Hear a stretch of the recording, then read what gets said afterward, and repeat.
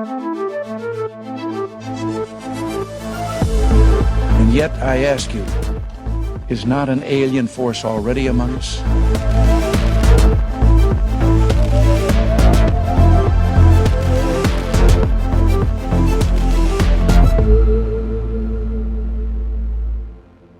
Mark, Rob, so good to see you both. Good to see you, Gary. Great to see you, Gary. It's been a while. I think the last time we saw each other, you came out to take me to a crop circle, and I took you guys out to the one that had appeared. And then before that, I think we did a kind of interview. You interviewed me, I think, when I was in Mexico back in 21, I think, something like that. During COVID. During COVID, that's right.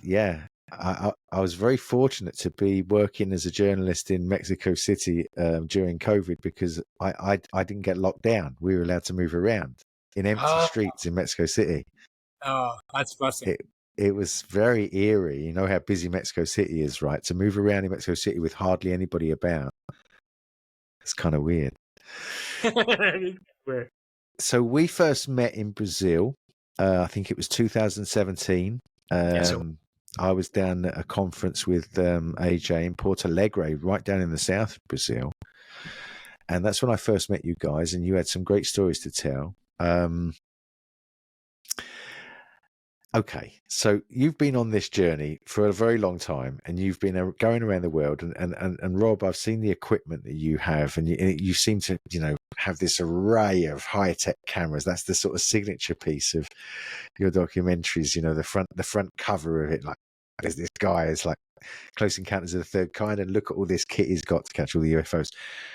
What's going on with you guys right now? What's been happening with you most recently? And what direction are you heading in right now? Well, I guess right now we've got a cool expedition coming up, Gary. It's going to be in Mount Shasta, California, August 10th to 15th. And, for the last 8 years, I don't know if we got into this when we met, but I've been teaching this mind sight. No, I don't think we did get into that. Where you can see without eyes, and, people wear a blindfold, right? Okay. And so we're going to be combining that with the UFO stuff. So a lot of people have asked me about that, and I said, okay, let's do it. So with the mindfold, you can train yourself to see without your eyes in real time. Okay, and we're actually been teaching blind people, and they're seeing colors, they're seeing shapes, and it's pretty incredible. It's something that, another thing that humans can do that we've been kept in the dark on, no pun intended there, but we're combining the two. So during the day, we're going to teach mind sight. It'll be, how many hours a day? It could be 5 or 6 hours a day. We'll teach that. And then, go for supper, whatever. In the evening, Mark has been doing the documentation of our, last 10 years from his point of view, all the filming for the, documentaries and the films. He's going to be putting presentations together for the evening, and there'll be discussions and stuff. People can tell their own stories. And then, once it gets dark, we'll go out sky watching. So one of the reasons I learned about the mind sight was through sky watching. It was through the UFO circles. A friend of mine, we met, remember Leonie Appelt in Australia, Mark?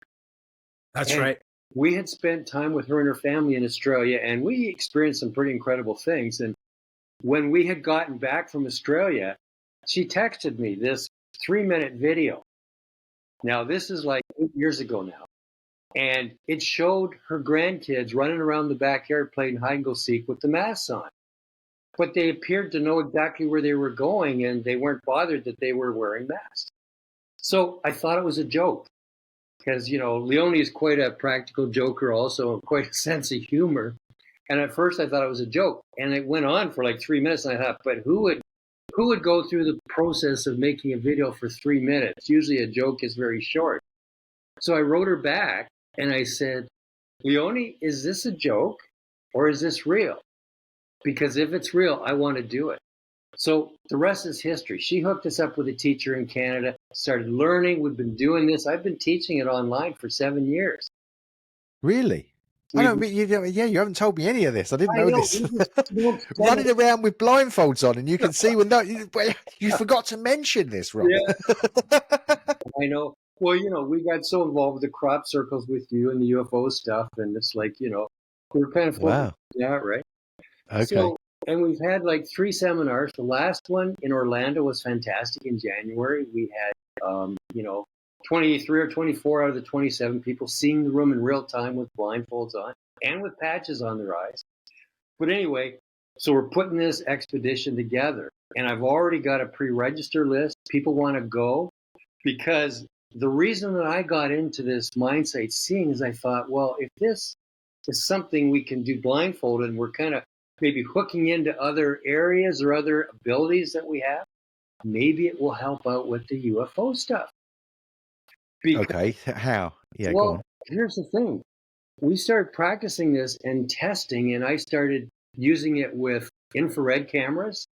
So I was in a dark room, and I was having cards shown to me, and we were filming it in infrared, and I was getting all the cards in complete darkness. Then we used a thermal camera, and same thing. No light whatsoever, Gary, and I could see what was on the card. Okay? And we have proof of it. I can send you some of these videos after. But Sure. So the idea was you can see more full spectrum with this. Our eyes are like visible in this wavelength here, but there's the thermal, the heat in the infrared over here. It's like gamma and X-ray, isn't it? Or How far can we see using this ability? And therefore, if we're out sky watching, maybe we can see things that cameras can't even see. And maybe that is the case with some people. They've always been able to do this, and we just think they're crazy that they're seeing things that we don't see. So anyway, we're going to do this in Mount Shasta. We're going to teach it during the day, and at nighttime we'll go out and sky watch and apply this ability and just have fun with it. Rob, you've got one in May as well, yes? Yeah. You have a workshop? Yep, right here in London, Ontario, May 4th to 9th. It's just going to be teaching the mind sight, from 10 a.m. to 5 p.m. for 6 days. And we'll have, people seeing the room and, walking around outside with blindfolds on. Oh my goodness! Yeah, you got to send me some footage. I need to cut some footage into this and show people what you're talking about because I've never seen it. It's amazing. It was amazing. So that was a surprise. You didn't even know that I was going to talk. I know. And see, this is right here. VWE. Vision Without Eyes. VWE. Wow. And that's the website, visionwithouteyes.com. So okay. There you go. So yeah, that's what we're doing in August. So that's pretty cool. And again, the Mind Sight only in May here is coming up. We've still got a few spots left for that one. But Gary, there's a ton of stuff we've experienced since we saw you last. I don't know where to start. Go on, Mark. Tell me some stories. What's been happening to you? Oh my gosh, man! Because it has been 8 years. This is actually our 10th year, Gary. It's our 10-year anniversary, Rob. Yep. We're in our 10th, 11th year, and wow! I mean, I don't know how much you know. That's the thing. Well, I mean, clear about people running around in blindfolds, seeing stuff. Nothing. Yeah, you're what now? I'm completely in the dark. Excuse the pun. Garage, Mark, and tell them what happened. Yeah. No, honestly, when we came to see you, Gary, like when we came, what was that, 2 summers ago? I believe that was 2 summers ago. We did like a whole kind of like a trifecta. Like we came to the United Kingdom, we came to France, and we did just a couple of days in Spain. We just kind of came in and out. But the most amazing experience that we had that came with a lot of turmoil because Rob and I had a lot of problems, a lot of travel problems getting into France to get together with our contact. I can't remember, like a plane that was supposed to be at a certain time that got rescheduled. Then it took us, I can't remember the exact trajectory, but it took us all over. We were supposed to have 2 nights well, actually 3 nights, and we only ended up having 2 because we got in late. All of Rob's equipment did not arrive. I remember that because you were showing me like the Apple tags and saying, "Look, I Yeah. can see where they are behind the thing," but they're yeah, I remember that. Unbelievable. Like, and then the first thing that Rob says, which is so true, when everything goes wrong, something's going to go right. Yeah, something. Big time, Gary. That's like a thing. That's like, and that's happened many times to us, where it's kind of like, oh man, we're not in the right place. We're not at the right time. We're being challenged, in many, many different ways. And we were challenged huge coming into France. And so we're tired, like unbelievably tired. But Rob being Rob, I can be such a wimp. But Rob being Rob says the first night, because it's like, I don't know, 11:30, quarter to 12, we got to go out. And what am I going to say? Like, no, like we're here, and and we've been hearing a lot about Bugarash, which is called referred to as the UFO garage. Okay, this is online. If you bring up Bugarash, they refer to it as the UFO garage. And even when I went out on my own and did some filming, I found a church, and outside of the church was this plaque, was like a plaque. And on the plaque, it had the mountain, Bugarash, and underneath it, extraterrestrials. So it was right on the plaque outside of the church. So you're like, okay, this is legendary.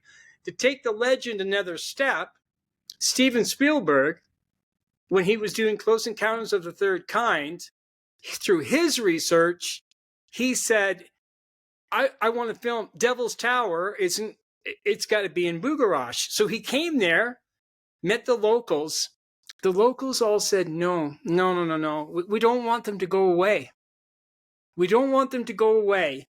And if you come in here with a big film crew, we're not going to get our visitations anymore. Really? What year was this? This is 1976, 1977. Okay. When he's, so he did Devil's Tower. He did Close Encounters at Devil's Tower. So that's the legend, So we're coming into the area with all this legend surrounding it. And we come there and we get in the car and we're driving around the perimeter of the mountain. And our third companion just said, well, where you want to go? Like, where you want to stop? Within seconds, Rob said, right here. We need to be right here. So we pulled over the car, no equipment, got out of the car, and I think it was like 12:45 a.m. So we're really super tired, 12:45 a.m. Yeah, and suddenly, let me say this, Mark, because Gary, we only got into our hotel at 11:30 p.m. 11:30, yeah. We pull our suitcases into the hotel, and that's when I said, well, let's go out. Since we're here, we only had like that night and the next night because of what happened with the travel, right? Yeah. So then we went straight to the mountain, got there at... Yep.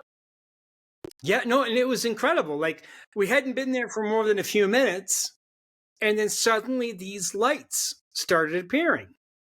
And it was very, very strange. You start to think in the way of, is this Marfa? Is this Marfa style, Marfa lights? Is this Hestelin style? Are we seeing a natural phenomenon? This went on for 2 straight hours. And these were not normal lights. Like, some of them were like swimming around the mountain, felt like they were going in the mountain. The one and you're recording this, right? We didn't have cameras. Oh my God! Of course, they got caught. Oh, that's right. I remember you telling me now. They were filming Montreal, Canada with iPhones. We're using our iPhones to record audio and to do our best. Right? It's the same thing, Gary. It's always the same style. I know. It's like, oh, okay, we're not going to be able to prove anything. We've got 3 witnesses, but we're not going to be able to prove it. And then at one point, the one that just made me fall back, it came right over our heads like a triangle, snapped in front of us, sat there for like 5 seconds. It was like a projection. It was like a holographic projection. And it sat there, and I remember going like this, falling back. thinking, where'd this come from? And then it just went whoof, right back out again. And Rob, tell yours. You had a good one too. Well, I just know that these lights, they weren't like pin lights. It was almost like they were coming from above the clouds and shining on the clouds, but projected into the air, Gary. If you can sort of see Yeah. They were diffuse lights, but projected into the air in front of us somehow. Got you. Yeah. And Mark, remind me of which one to talk about, because it went on for 2 hours. It went on for 2 hours. But the thing that always gets me is, they were doing different things. Remember, Rob, like they would appear and then they would like go to another area. But the biggest thing that I remember, well, the second biggest thing I remember, after it had been on for almost 2 hours, Rob said, well, we're going to stay, right? And I'm like, well, we're not leaving. Like, there's no way. Like, they're putting on a big show. It's a super big show. And if they're going to put on a big show for us, then we stay until they go. And Rob says, okay, that's perfect. We're not going to go anywhere until they go. 10 seconds later, they left. Yeah. Like, I mean, literally, right, Rob? 10 seconds. Like within 10 seconds of Rob saying, "All right, it's a deal. That's what we'll do. We'll stay until they go." And they left at exactly 2:45. So it wasn't like 12:40 because we had it on our phones, time stamped.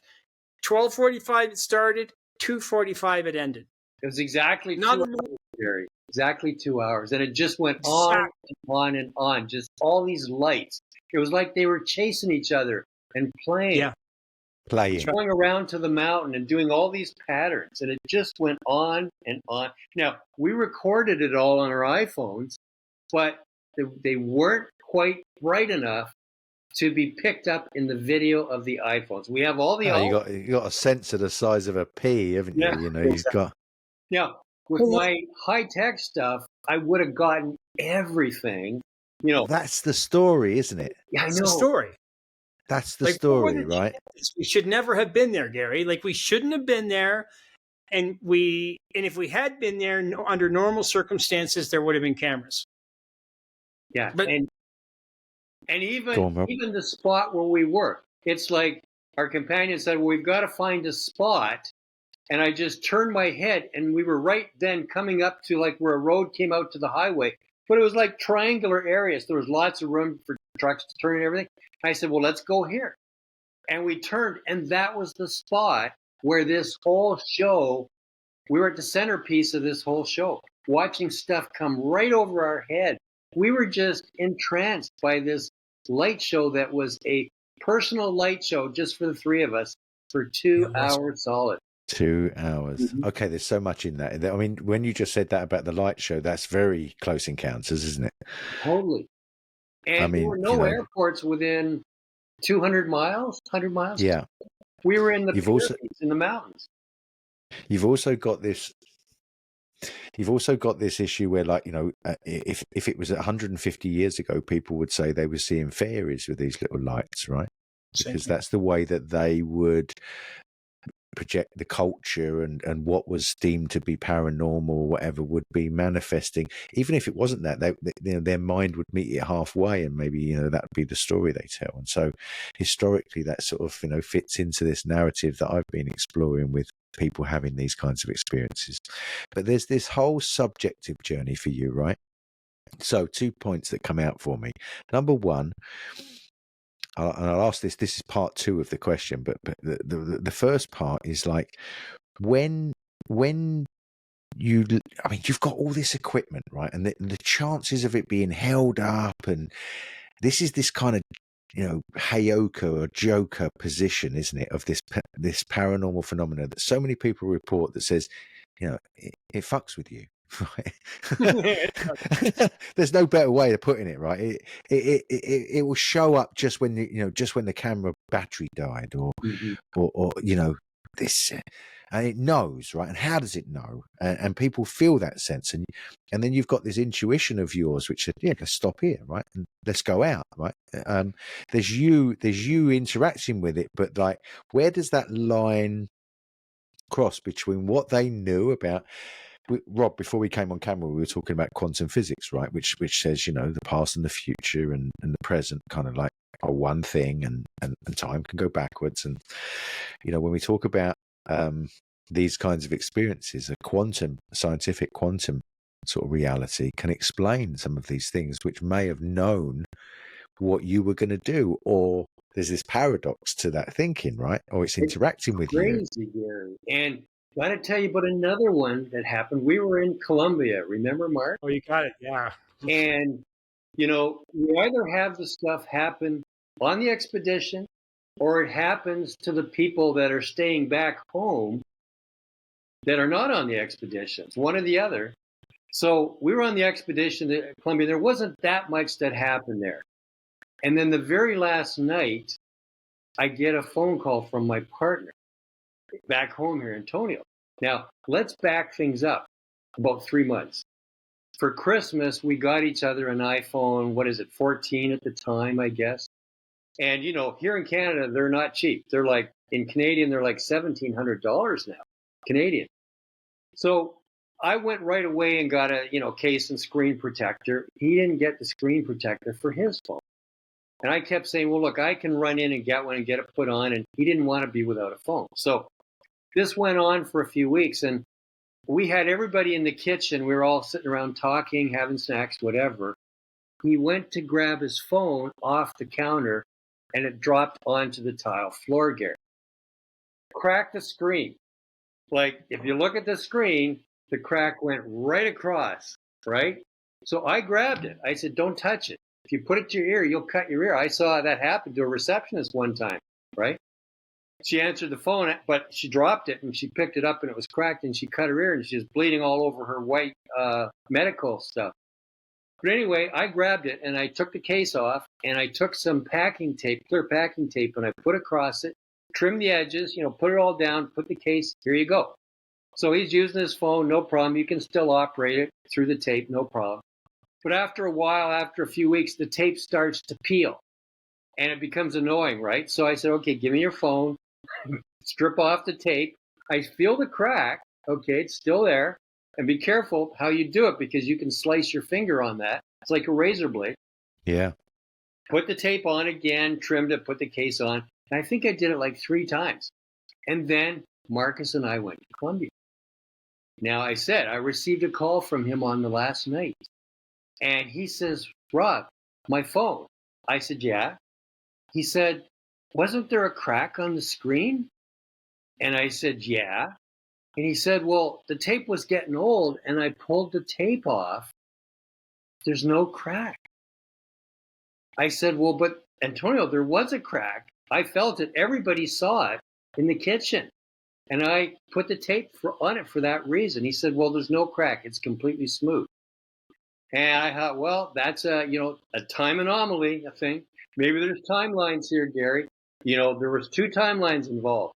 In the one timeline, he never dropped the phone. In the other timeline, he dropped the phone. So now we have changed timelines, okay? Because in the timeline we're in now, the phone is fine. But, he can be a practical joker also, all the time. So I thought, I wonder if he got a new phone and he's just having me on here. He's just pulling my leg, right?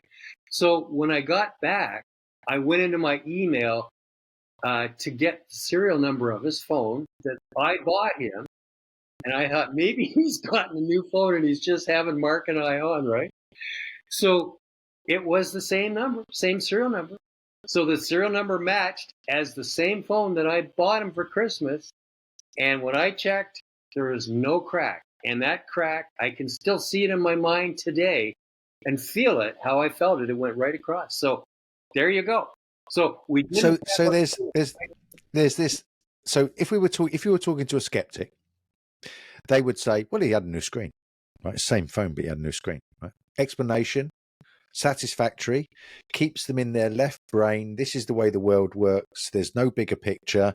And I've seen so many people, and that's been the interesting phenomena to me, is how people react to this kind of stuff. And if there's a way out, right, they take it. Yes, That doesn't explain a bigger reality that we could potentially be living in. And yet there are some of us and you guys have had so many experiences that you get this, what Jeffrey Kripal calls the flip, right? You flip and you go, okay, there's a load of shit going on here that I can't explain.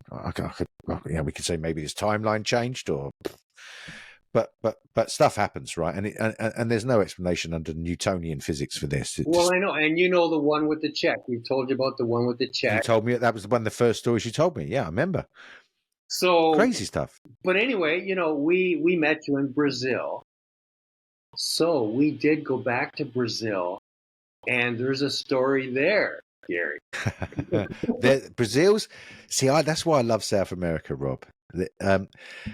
I don't know if it's the people, because they're open to this stuff more. Do you think that South America, it is, isn't it? Yeah. And stuff happens. Honestly, Gary, and I don't mean to interrupt you, but Rob and I have had the opportunity to go to 6 South American countries. We did Argentina, we did Bolivia, Peru, Brazil, Colombia, and Ecuador. So wide open. Like, I mean, it's almost commonplace. Like, to sit in the back of a taxi and to bring this up is to have the taxi driver turn around and say, "Oh yeah, I had this come out," and normal. Like, it's nothing. You're not even telling him anything that shakes up his world. They're like, and also story I don't know, right? Exactly. Yeah, exactly. And also, like, if you talk about corrupt politicians, they don't have any illusion that they're anything other than corrupt, right? They're just, of course. Reality. This is my reality. So yeah.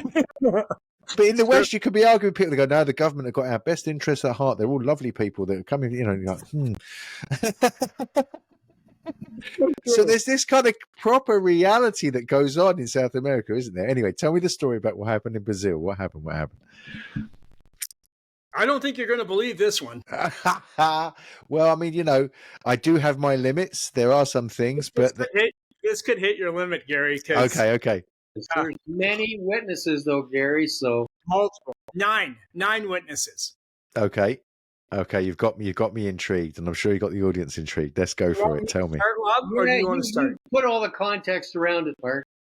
Yeah, let me give the whole thing. Okay.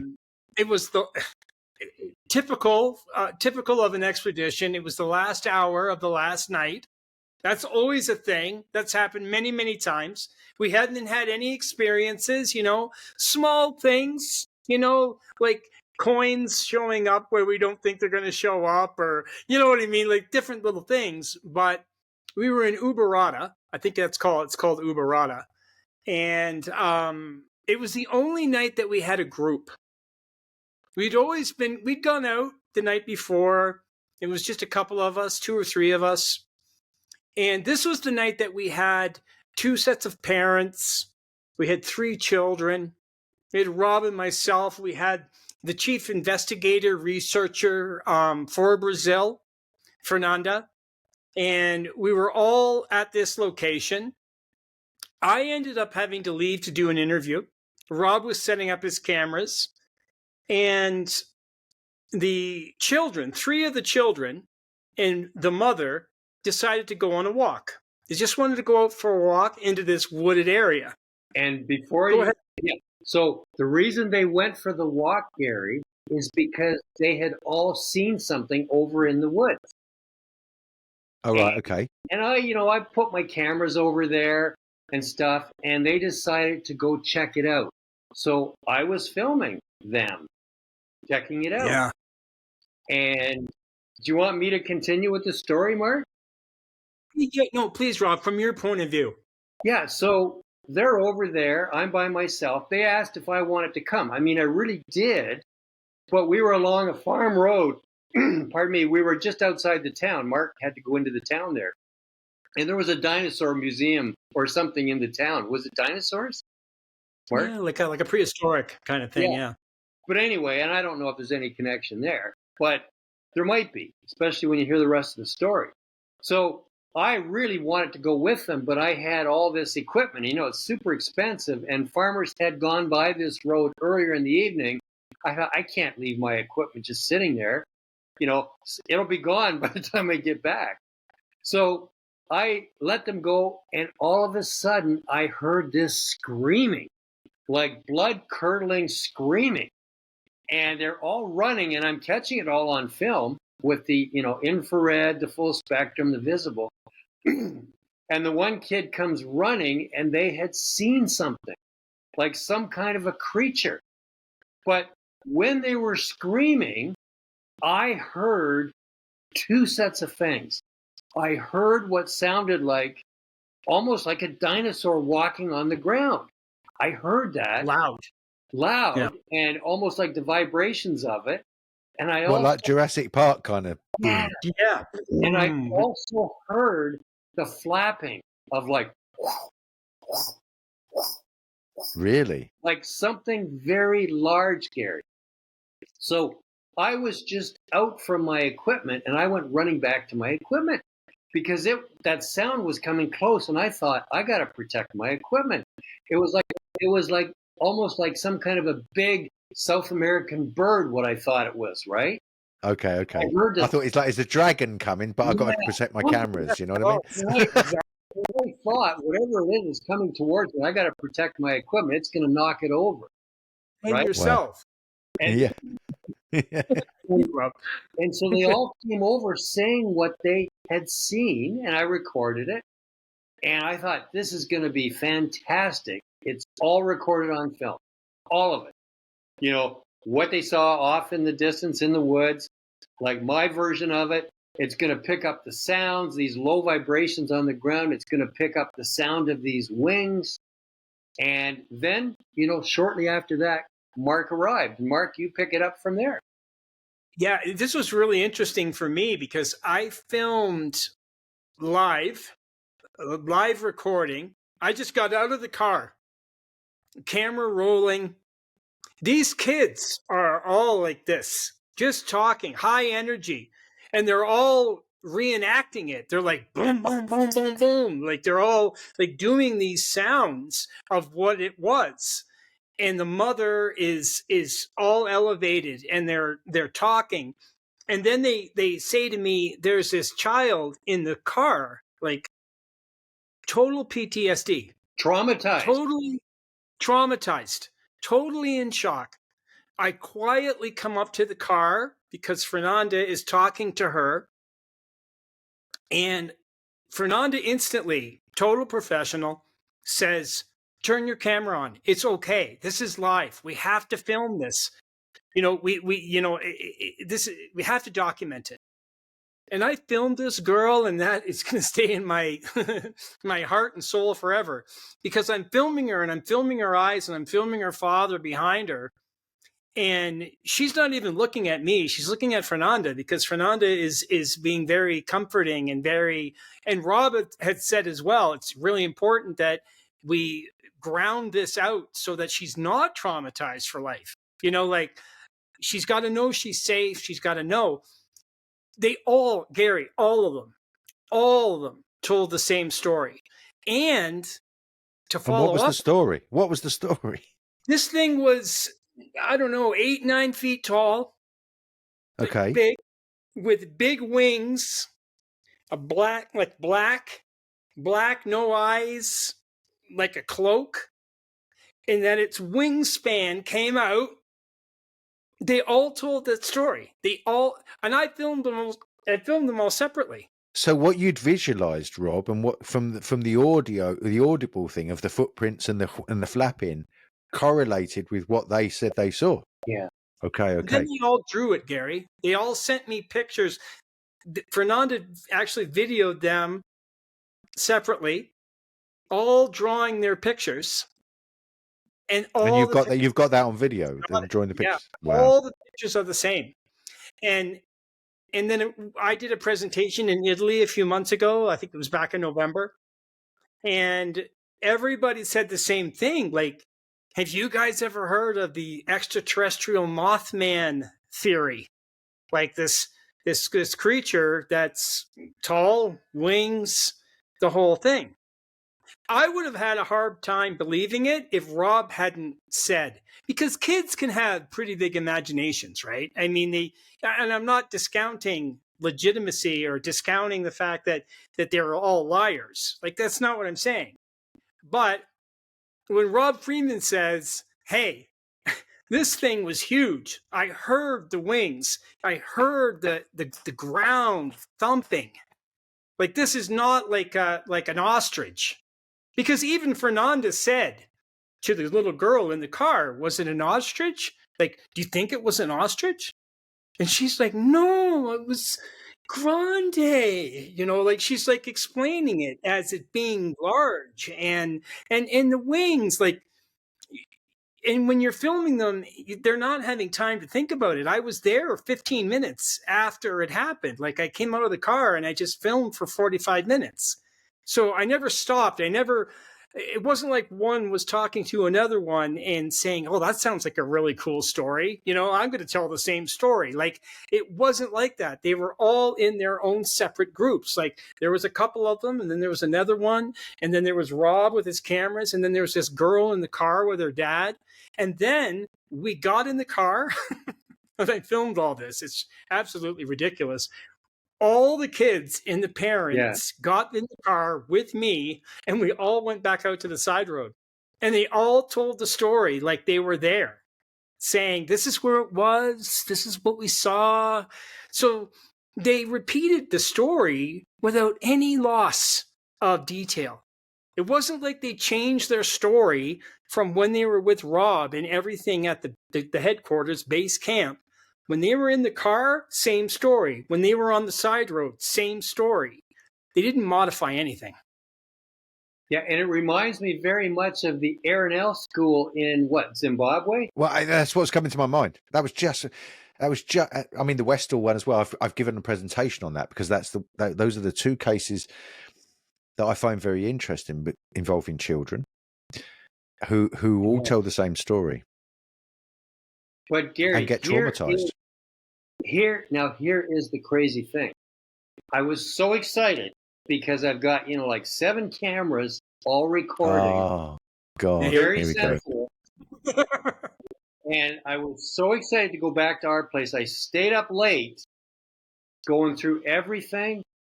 There is no sound recorded, no video. Like, it's all recorded, but I don't hear what I heard on the cameras. I don't hear that on these cameras that could pick a gnat on the back of a fly. Absolutely. So unbelievable. So once again, it or they are playing with us. It's all harmless. Yeah. But because to tell anybody the story, they would say, yeah. But, and so, okay. Sorry, go ahead. I was going to say, I heard it. When I heard the screaming, I heard the bird. Like, I thought, it's coming for me because it got louder. I never saw it, but I heard it, both the wings. And I thought, for that slow of sound, they've got to be pretty huge wings, right? Like, the smaller the bird, the faster the wings go. This was slow, like, right? So I take it, to fill in some of the gaps, I take it that they had a chance encounter with this thing when they walked off into the woods because they thought they saw something, and this thing then took off, and it flew away from them. It flew towards them. It flew over their heads towards you because it got louder. But you didn't see it. I didn't see it. I ran to my equipment to protect it because I thought, whatever this is, it's big and it's going to knock over all my equipment. That's what I thought. So really? So you were running in the path of something huge to save your cameras. Yeah. That's accurate. That's accurate. That takes some cojones, that does, Rob. Most people be diving in a ditch and go, with a breath, I'm here. So I don't know. And there's where the cool high strangeness comes in, because, we've heard so many stories too in the past where, up in the sky, you could have 2 people there looking up. The one person sees everything. Yep. The next person sees nothing. Yep. So it's messing with our reality somehow. Yeah. Yeah. I mean, that's common too, isn't it? That is very common. And then you get like 9 people who see exactly the same thing, can describe, and in the case of Ariel School, I think there were 68 children. And the teachers said, like, the way they snaked up here and all told us the same story, there's no way, that they could have. And so, but it's not a UFO experience, is it? Right? This is it all seems to be connected. All of this stuff seems to be intertwined and connected. And whether it's crop circles, whether it's UFOs, whether it's all this cool high strangeness, iPhone screens, duplicate checks, duplicate pictures, hearing doors close when we're in the middle of a volcano crater, and the door didn't close, but two of us heard the sliding door close, right? So I don't know. We've got one more for you in Argentina.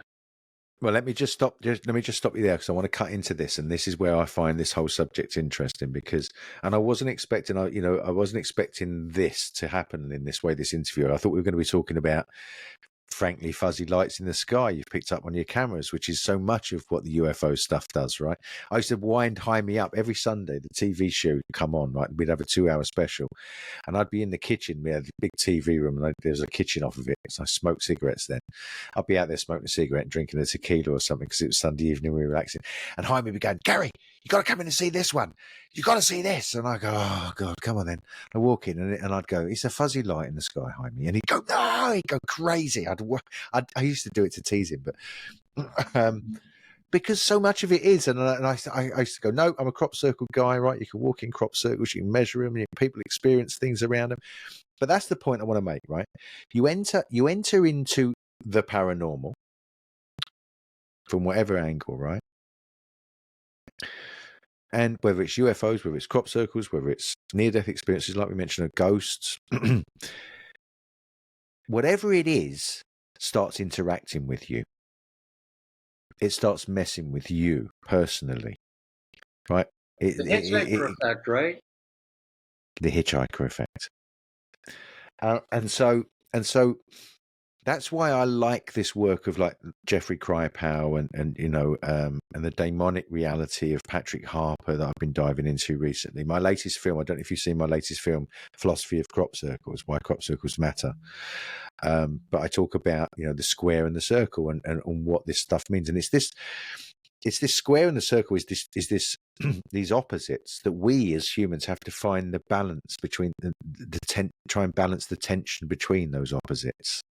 And that's what we're dealing with, right? You've got this reality like left-brained, go to work and you count your taxes and you talk and you analyze things like logically and so on and so forth. And you got this right brain that says, no, we step back and look at the bigger picture, right? And there's so much more going on.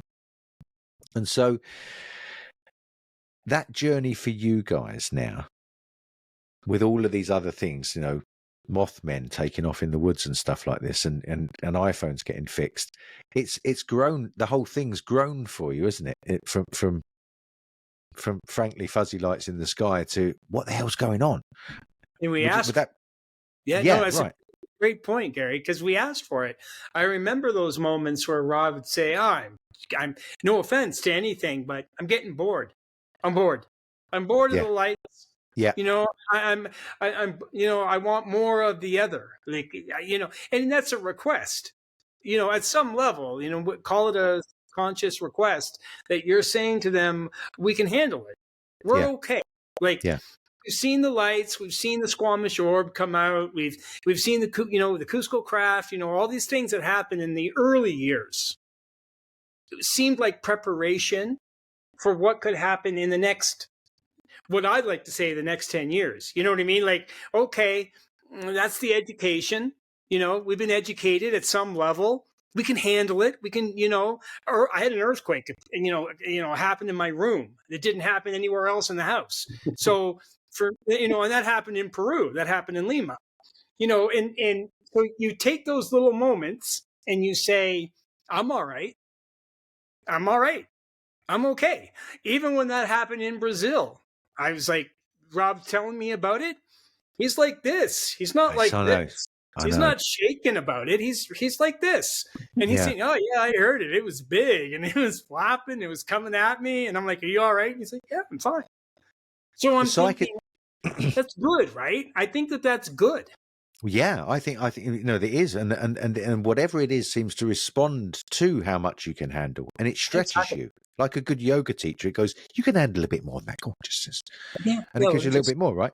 Yeah, and so I like the psychedelics. The psychedelics for me gave me this kind of way to be in myself around the fantastic. They gave me a way to be in my personality, to be kind of like you say, you get used to it and you get nonchalant, kind of like, okay, this stuff happens, stuff like this, it's all right, especially for me, obviously around crop circles and stuff like that. But I've been, in Brazil about these healers, and yeah, it's crazy stuff. But you got another story for me, Rob? Tell that story, because there's another point I want to make on this, and it's this bigger picture thing that I'm always trying to drive at with it. But go for the third story. The one in Argentina, Mark, on the last night. Yeah, last hour. We went up on the mountain. What is it called? Capilla del Monte. Capilla del Monte. Capiche del Monte. Yeah, amazing. Last hour, last day, and we're there with someone who's very prolific in the UFO world, and all the cameras are set up, and suddenly 45-minute light show. Another show where lights are appearing, disappearing, coming in, coming out, and like very much like Bugarash. For me, it felt like a compliment to what we had experienced in Bugarash. It's like, okay, now they know that they can kind of come out at a certain time, do different things. We filmed all of that. How many times? 50 or 60. We do have that. Yeah, we have footage of that. We have a lot of footage of that. 50 or 60 different shots where these lights would come out, disappear, come in, come out. Incredible. Now the interesting thing about that one is again, we said something about, well, we got to get going soon. Oh, because we were up where there was a restaurant and a museum or something up there, and they were already closed, but we had been given permission to stay to something like 10:30, and they said we have to be gone by 10:30. And I looked, and I think it was something like 10:15. I said, Mark, we're going to have to go soon. And literally, within a minute or two of that, the light show was over. Everything gone. Well, we did film it all, Gary, and I sent the stuff to Dave Palachuk, our friend who, used to be the executive director of MUFON Canada. Now he's director emeritus or whatever you call it. And he used to be the chief investigator, and he still investigates. I sent him all the footage. And when we were filming, we've got the powerful lasers, and I always tell everybody, never point the laser at any of these lights. You don't know if maybe it is a far off airliner, a commercial flight or something, and you're going to blind the pilot. So just to be safe, and even if it is an ET craft, maybe you're going to blind the ET pilots. Like, just don't do that. Draw circles around it to get my attention so I know where to point the camera and zoom in and all this stuff. So, but we had people, there was a little bit of a language barrier there. We were in Argentina. And apparently some of our folks did shine the lasers right at these objects. Okay? Now, I wasn't happy about that because I saw that in the footage afterwards. Like, we don't want to be doing that. However, Dave was happy that inadvertently happened. He started using his, engineering and technical skills, and he zoomed in on this stuff, and he saw that the laser light was bent around these objects. Really? Okay? So there's proof. And now him and his scientific people have written these papers that have been published now, and there's a name for this. And, I'm not that technical, so I just want to experience this stuff and document it. But we've actually filmed laser light bending around these objects now, inadvertently. Okay, and it proves it's something what's the name of it? I'll have to get you the name of this. Okay, yeah, give me the name of it. Proves now several theories. And how interesting. I know. So, they weren't supposed to shine the laser at it. They did inadvertently, got it to Dave, and he's found that the laser light has bent around. So it bent around it. That these lights, these crafts are used, they're bending gravity. Well, yeah, gravity. This is the thing, isn't it? Gravity will bend light. So there's some issue that they've got. How interesting. So the point I wanted to make about all of these experiences, because it comes back to our consciousness, doesn't it? When we're having these subjective experiences, and I mentioned to you before, I think before we came on camera, that what I'm finding interesting in my research at the moment is that quantum physics, 100 years, science says that's happening with but the humanities haven't caught up for us to experience these things subjectively. We haven't got a language, we haven't got a way to think impossibly, as Jeffrey Kripal puts it in the latest cover of his book that I'm reading, right? How to think impossibly about this reality that doesn't conform to the rules, right? So a guy called Tom Campbell gave an interview on Joe Rogan recently. Did you watch it? No, yeah? Tom Campbell. He knows all about the blindfold seeing as well. Does he? He's all in. Does he? Yep. Mm-hmm. I reached out to him to come on the show, but he very kindly responded to me. He's just got so much on at the moment, and it'd be lovely for me to get him on. It'd be a bit of a coup, but you've got to reach out to these people because I just respect his work so much from what I saw on Rogan as well, and it just fits in with some of the stuff I've picked up along the way about the anthropic principle and this participatory aspect to us in reality, in consciousness. This flip of consciousness being the basis, and that material reality is built on consciousness rather than consciousness just randomly emerging from material reality that randomly accidentally went together. But I like his idea about the fact that we're evolving, that we are a data set as humans, and that we get given our own independent thoughts and experiences to experience reality, and the reflections that we have, the experiences we have, the responses we have emotionally and psychologically and so on, get fed back into the larger matrix as it then thinks about its way to move forward and evolve, okay? And the recent thing with the telepathy tapes that I've been hosting is because this revelation, I don't know how familiar you are with what's going on with the telepathy tapes. Yep. These autistic children that are proving 100% accurately with science, with good science that's being done as well, and more science is going to be done now, to say that telepathy is real, okay, and beyond that, do you think that this, whatever it is, that gently enables us to realize that we're part of something bigger, because we've been kind of locked with a cultural paradigm in thinking that it's all about physics is all about bridges, and that the rules of that can't be broken? Do you think that this is a part of our greater evolution, that we as a species are kind of like moving forward, and this could be a part of the bigger picture? How do you feel about that? I think it has to be, Gary. I mean, there's more and more things being revealed to us, on many different levels. And we're definitely being prepared. There's no doubt about it. And that's all I can really say, because go ahead, Mark. I agree. No, I agree with you, Rob. And I don't like to use like cliche style words or anything like that. But when I think of vision without eyes, when I think of the work that Rob's been doing for the last several years, this is a buried ability. Like we are programmed, and again, cliche style word, but we are programmed young to not ignore, but we're taken in a direction. Like look at the logo that you have for your program, the sheep. Yes. Right? The sheep. Because that's kind of what it is, right? I mean, that's what we're talking about. I think that's what we're talking about. We've been talking about it for 8 years. Knowing you, Gary, is it's like, okay, you're it's like this. You got the blinders on. You're the sheep. You're following the other sheep.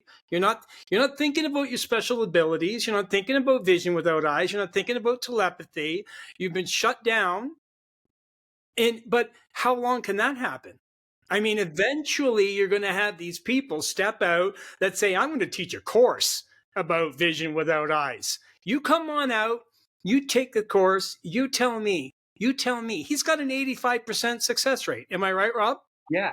And I got to mention this too about the telepathy tapes. One of the gals who, she was in the second seminar, Dahlia Burgoyne, She opened right up fantastically. And of course, she also now came to Orlando to help me teach it. As you know, she's a demonstrator, and unbelievable how she can see with the mask and with patches, and even, you know, behind her and in through closets, Really? everything else. Her daughter is autistic. Her and her daughter are involved in that project with the telepathy tapes. Fantastic. So See, I've heard about it from the inside. right? And she tells me, Dahlia tells me regularly, she communicates with her autistic daughter is nonverbal. So she communicates with her autistic daughter telepathically. And when we were at the first training where Dahlia learned, her daughter was literally there telepathically. And, you know, when her mother got home, the daughter told her all these things. It's nonverbal, but told her all the things that she did.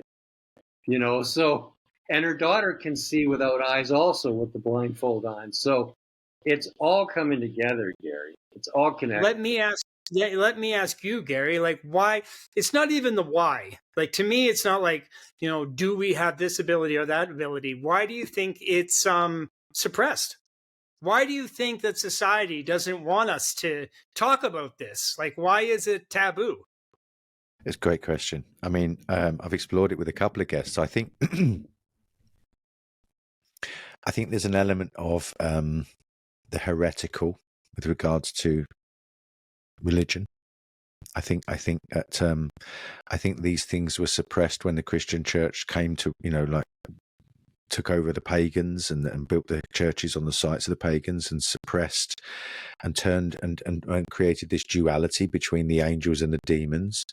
Whereas historically, if you look back, according to Jeffrey Kripal again, who I mentioned quite often, but he's done so much research into this, mystical experiences, which, by the way, mystical experiences is the way that quantum physicists try to explain what they're experiencing with their experiments on quantum physics. They go to the mystical experiences, and you find Newton and all these other people were involved in alchemy and all that stuff. So it wasn't that out of the way. But I digress. This issue of alchemy and reality being, you know, very mystical has been around for a very long time, and it's a short period of history that we've been kind of closed down because the whatever it is that presents itself to us as a UFO or a fairy or a chupacabra or whatever can be bad or good. It can do things to us that we perceive as negative or we perceive as positive. They call it the shamanic assault, right? When you kind of get your life ripped apart because reality steps up and says, yeah, that's not what you thought, mate. We're taking you apart and putting you back together again. And so that's been written into myth. So I think there's an element of that. I think there's a large element of control. You know, it suits this elite that used to be the subject of conspiracies, you know, but people know now that the massive transfer of wealth that's been happening of late, and there are plans for the masses to be kind of like put into a digital totalitarianism because it serves, as any empire has served, the few. The many have been serving the few as sort of enslaved, really, you know, whether as slaves or whether as wage slaves or now as debt slaves, and then in some other form of slavery. And it doesn't serve them to educate us or educate the masses about reality as a whole. That's the sort of stuff that you get in Shakespeare or you get in higher literature that's talked about and pontificated about the elites, right? So I think there's an element of control by the people that run society in many ways that choose to keep this out because it's always kind of censored out. It's always, and it's done in a way where they get our own neighbours, our wives, our husbands, our friends to ridicule us if we say we've experienced something. So you're scared to talk about it, right? It's insidious. When I gave a presentation about Westall, the children at Westall in 1966 compared to the Ariel School, the one big difference, the point I made, was that when the Ariel School happened, the Men in Black showed up really quick, right? And they shut everybody down. They took camera film off all reporters that were there. They put all the children in their classrooms while made the teachers parade up and down. They called the children in and said, there's no such thing as aliens. You're not allowed to talk about it. They came down on these kids, 12-and-a-half-year-old kids, very heavily. by 1998 or whatever it was when the Ariel school happened, they didn't care. They let the professor from Harvard turn up, John Mack, and interview them, and because by then any mention of aliens had been completely shut down culturally in the mindset of people, so that they would respond negatively towards people and say, "Oh, you're crazy." So someone's done that, right? That's anyone who studied. I studied, at University of Language and Communication. You know about propaganda. You know about how to change the mind, public relations, Edward Bernays, to change the attitudes of people the way you want them to be. We saw that recently with the pandemic, right? With the attitudes towards vaccination, the attitudes towards masks. No real debate was allowed to be had that was intelligent. It was all shut down. And so I'll finish on this. Whenever you see, there's a guy called Chase Hughes, I think his name is. He's an ex-guy that worked as a PSYOPs specialist, trained PSYOPs operations. He said, whenever you get something that if you mention it, you get shut down, it's a PSYOP. If you're not allowed to talk about it, you're not allowed to present data, you're not allowed to present facts. We have got this kind of, Ian McGilchrist gave an interview recently where he said, the fact that we've all been pushed into our left brain, which rules the heart, right? Which just is this logical, linear, not bigger picture thing, is the end of culture. It's the end of civilization, he said, right? It's because we're all locked now into this, and when data gets presented to intellectuals, professors, they reject it because they're so locked into this fear of. So long answer to your question, Mark, but yeah, that's my kind of... No. It's an excellent answer because I think there are a lot of levels to it. I think there are a lot of layers. Like, I don't like to use words that I don't know a lot about, but when they think about the superhuman, they call it the superhuman mind. Like you said, Rob, too, like the 10% that we use. Maybe 15% now. I don't know. Yeah, there you go. Yeah, that's it. That's exactly what I'm talking about. Because that's what I'm reading. I'm reading these different books about the superhuman, taking the evolution of the mind, the evolution of consciousness, the right brain, left brain. Rob's introduced a lot of that to me too. So I'm doing more reading about mindsight and different things. And yeah, it's almost like evolution is scary. Like, what a scary thing. Like, how are you going to be a sheep? Like, how are we going to control you if you unlock parts of your brain or your mind that are going to make you think beyond what we want you to think? And I would say, too, Mark and Gary, that, with all of this AI stuff coming in now, we're going to have to unlock these superhuman abilities if we're ever going to stay on top of it, because it's going to pass us and leave us in the ditch. It's going to enslave us. And the only way, our brain itself cannot be more powerful than this powerful AI that's coming. But all of these superhuman abilities can. Like, whether it's seeing blindfolded or being able to see into the future, or, there's many other abilities that are all connected. We're now going to have to really light them up, Gary, if we're going to overcome the crazy stuff that is about to come. Yeah, I think I like Crocodile Dundee's phrase. When the journalist asked him the question about what do you think about the political struggle between the Aborigines and the Australian government, he went, well, I think it's like fleas arguing over who owns the dog. I think True. It's that's us, right? These people, they think they can do whatever they're going to do with AI, and it's fantastic. I think it can serve humanity. I lived next door to a guy who's for years was involved in AI, and I got the he was going to me, it's coming. I'll tell you, it's coming. I'm 5 years ahead of what's out there right now, and this is what's happening. He was very careful with what he told me in lots of ways, but I knew this was coming with AI.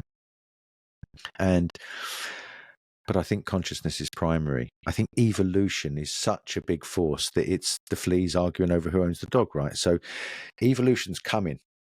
Evolution's been happening all the time. We just think we're just plodding along and everything stays the same. But this driving force that is bringing forward these abilities, these what we would call paranormal things, is knocking at our door now, right?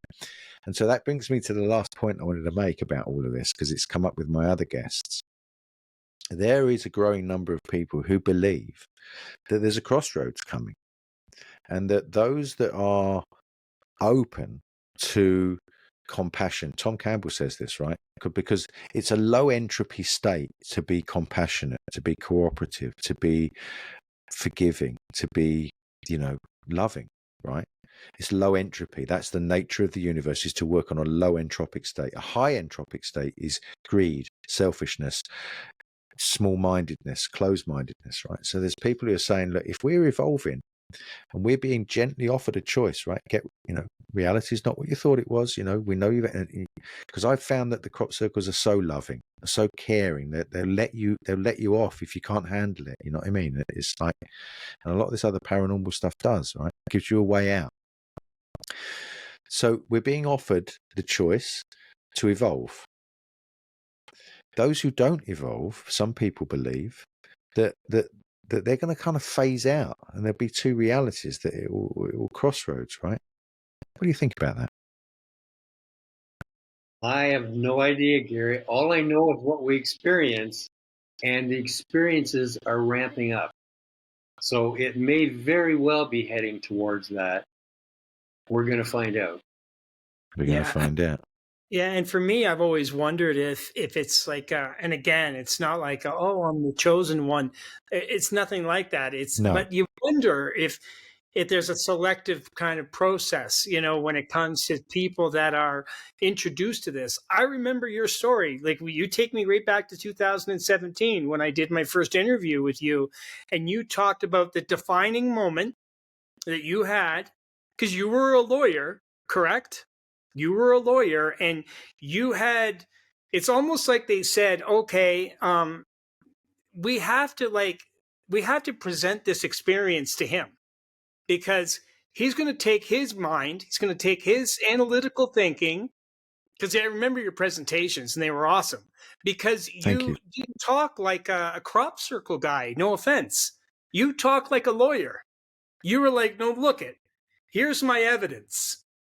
Okay, here's my evidence. And if I came into a courtroom and I had this evidence, and I laid this evidence out, you just replace crop circles with a murder case, and if I did this, then this would be the understanding that you would have. Put your own brain to it. Yeah. And so I wonder, and I don't know if this is answering your question at all, but it's something I really wanted to state. Something I always respected about you, and I still do, is the fact that you're the only one who could have done that. Wow. Like, you're the only one who could have said, okay, no, look I have all these skills. These are my skills. This is my skill set. I say the same thing about Rob.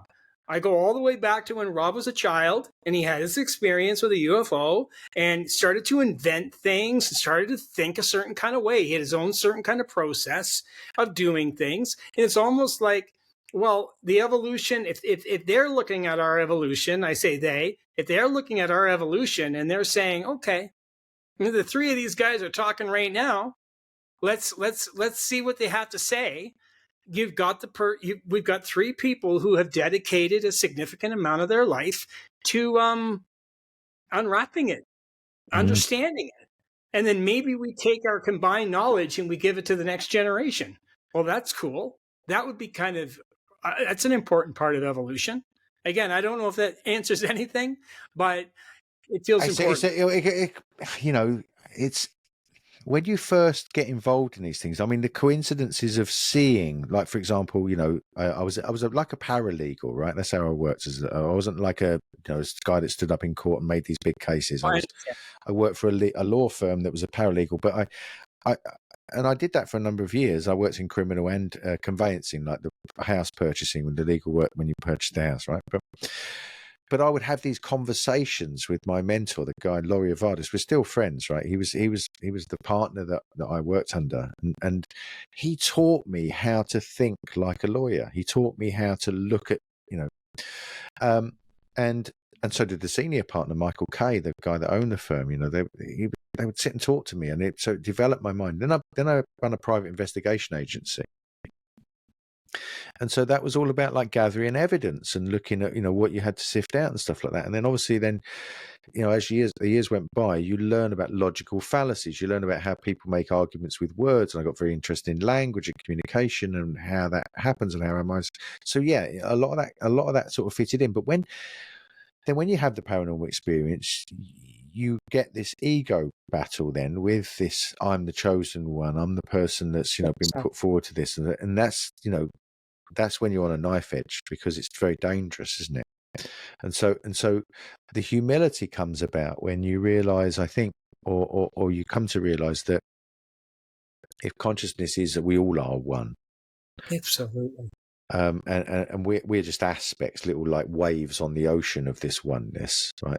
We've got our own little, and I think everybody's lives are incredible in many ways, and just different stories, right?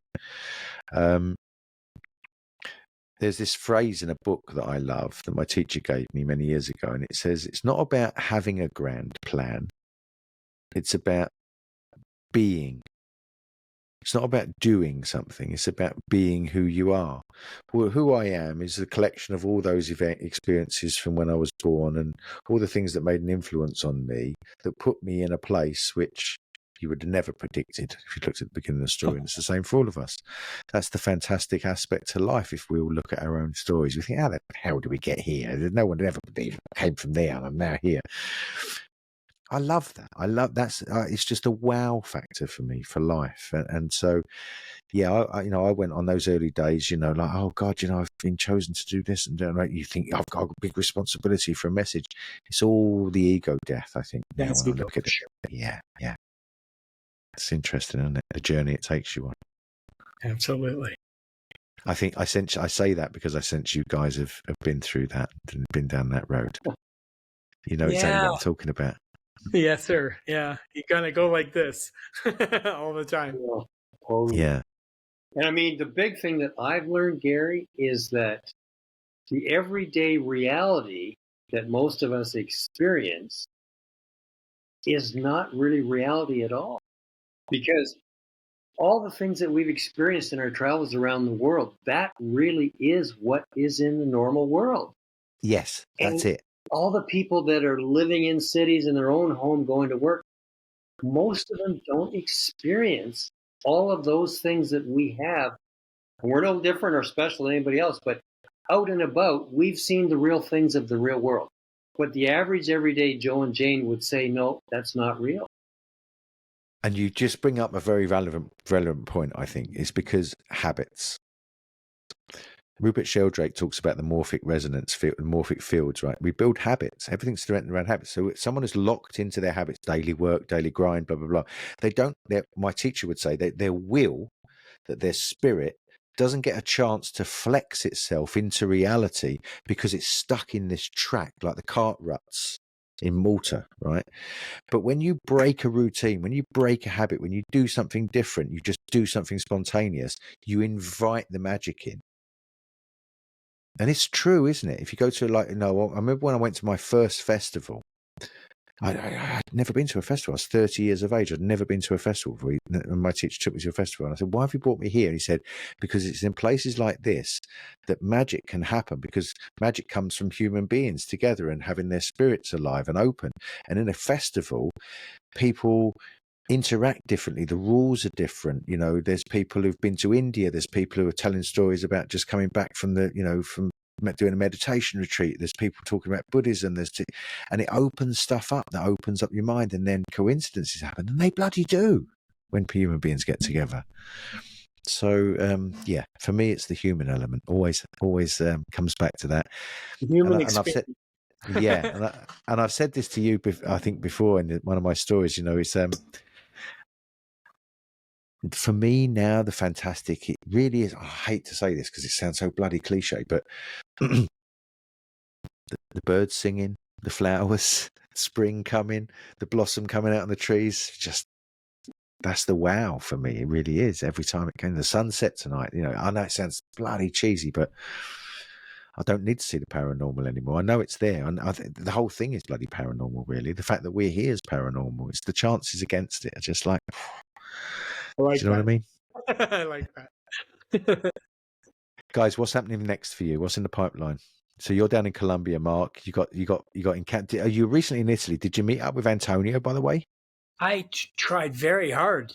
I did. I messaged him a few times, and he was quite busy. But I'm hoping again in the future. He messaged me and said I haven't heard from you. He said because he was. Oh, I did. I messaged him. I really wanted to see him when I was flying out because I thought, oh, I'm coming back. Oh, but it didn't. It didn't schedule. That's a shame. Those people, I mean, Giorgio Bongiovanni and Antonio down in Italy, though, I've known them for a number of years. They got some weird stuff going on with those guys. Oh, we've had some experiences in Italy. We've seen things. Rob and I have had. We've been. It was third time for me, 2 times for Rob, but it was the third time for me, and they're doing great work in Italy. They are. April 10th is a big meeting, Rob. On April 10th, I'm talking to some more people in Italy that absolutely really appreciate the work that we've done, because we've had a couple of expeditions to Italy into the mountains, and we've interviewed and documented some pretty incredible things. So let's hope. Let's hope. Fingers crossed. So you got the retreat going on in Mount Shasta. When's that happening? That's August 10th to 15th. That's the combo event, Gary, where it's mindsight training during the day, and then we will use that in the evening, Skywatch. Wow. Part of that is, Mark with his films, he'll have some short films all cut together and show our experiences visually that way, and Q&As and storytelling and stuff. So it's a full event. Awesome. And of course, the one coming up right here, the mindsight training, May 4th to 9th, right here in London, Ontario. And have you got websites for that? Can you give me links for that? I can put them in the description. Yep. Visionwithouteyes.com, and I can send you all the links as well. So that'd be fantastic. We're excited about all this stuff. And Mark, finally, the encounters documentaries and stuff that you've done over the years. Where are you with that now? Is that super excited? We're finished. Well, very close to finishing Encounters Italy, but the crown jewel is Encounters Latin America. And there are, in addition to everything showing up on the Facebook for UFO World Explorer, constant videos that are still coming out on the UFO World Explorer YouTube. There's now 2 Facebook pages for the Encounters series. There's Encounters, and then there's Encounters Expeditions Events, which is where Mount Shasta is going to come. Just it's like a community, created it more like a community. Okay. So now it's Encounters Latin America is 6 countries, and everything will be ready for this summer. So it's exciting. People that come to the Mount Shasta event will see things that no one in the world has seen yet. From the Brazil experience to, what we experienced in Argentina and all the other different places. It's exclusive. That's what I like to say. Fantastic. Exclusive experience. Yeah. Exclusive. Well, send me links to all of those, please, Mark, so that I can put the Facebook pages where people can get hold of you guys. Thank you, sir. It's been so good to catch up with you guys again. Always a pleasure. As always, we could go on for hours with all this. We could indeed. But I don't want to put people off. We're at 1 hour and 20, so let's. I think we've given the people a great experience with this chat. So thanks so much for joining me, guys. I hope we can catch up again soon. Absolutely. Thanks for having us, Gary.